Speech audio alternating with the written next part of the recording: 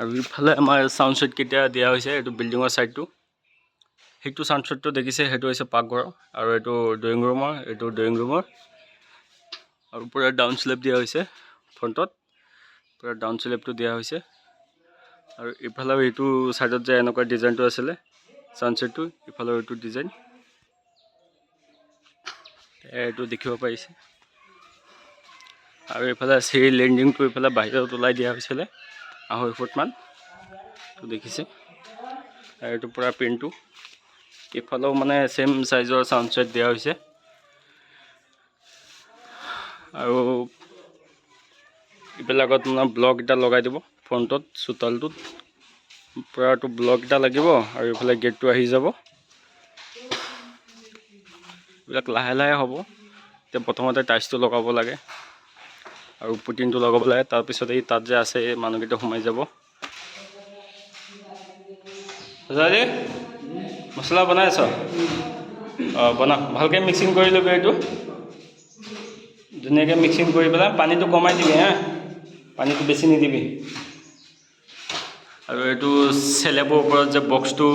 দিয়া হৈছে মানে পুৰা তলটো এইটো চাওক পুৰা তলত বক্স দিয়া হৈছে ইয়াত মানে কিচেনৰ কিছুমান বাচন পত্ৰ থাকিলে ইয়াত মানে ভৰাই থ'ব পাৰিব যেতিয়া দৰকাৰ আকৌ ওলাই আনি পেলাই ইউজ কৰিব পাৰিব সেইটো মানে এইটো দিয়া হৈছে আৰু এফালে এটা ফেনৰ কাৰণে এটা দিয়া হৈছে এটা চিমনিৰ কাৰণে দিয়া হৈছে কিচেনত এইটো প্ৰায় ইয়াত মাৰ্বল লগাই দিব মানে এইটো মাৰ্বল নহয় একচুৱেলি গ্ৰেনাইট লগাব ওপৰটো আৰু এইটো মডুলাৰ কৰে না নকৰে সেইটো মই নাজানো সেইটো মালিকেহে জানে সেইটো বিষয়ে মই নাজানো একচুৱেলি কিচেনটো মডুলাৰ কৰিলেহে ভাল হয় আপোনালোকে পাৰিলে কিচেন যদি ঘৰ বনাইছে মডুলাৰ কৰিব দেখাত মানে বহুত ভাল লাগে